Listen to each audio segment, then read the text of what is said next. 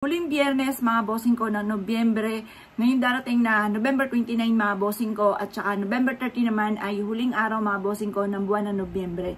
Kayo po ba ay panay mga pagsubok ang pinagdaanan ng mga itong malapit ng matapos ng Nobyembre? Or kaya mga nakalipas na buwan mga bossing ko, ang dami-dami mga pagsubok, ang daming problema.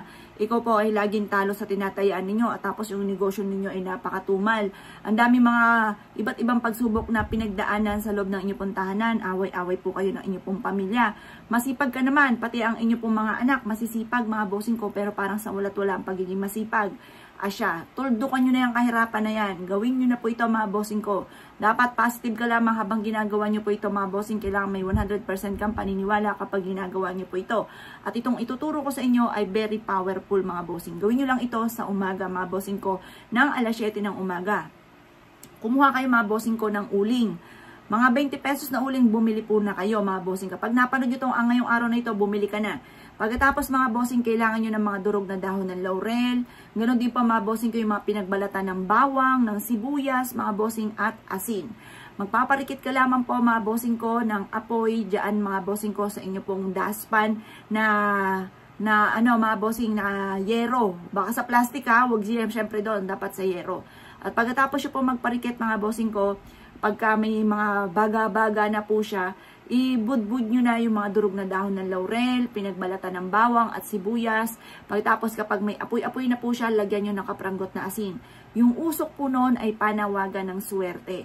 Ang usok po noon ay pantaboy ng malas. Ang usok po noon mga bossing ko ay makakatulong upang sa ganon, mas lumevel up ang swerte at maitaboy ang mga kamalasan. Proven po yan, maswerte po yan mga bossing. Basta't may 100% kang paniniwala sa mga ganitong mga pamamaraan. Walang imposible, basta maniwala ka lang na makakamit nyo mga pinapangarap nyo, makakamtan nyo po yan mga bossing.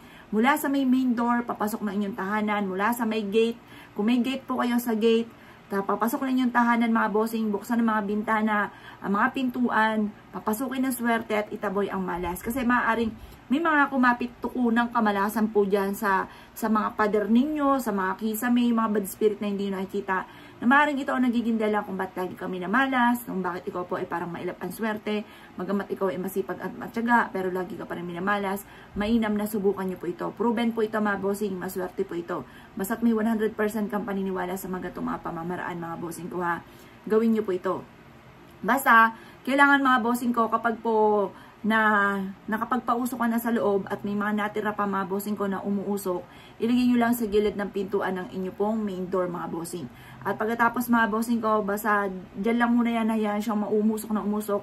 Pagtapos na, ilagay nyo sa isang mangkukan, ito pong ati pong uling, makakatulong pa rin po ito para makahigop na negative energy.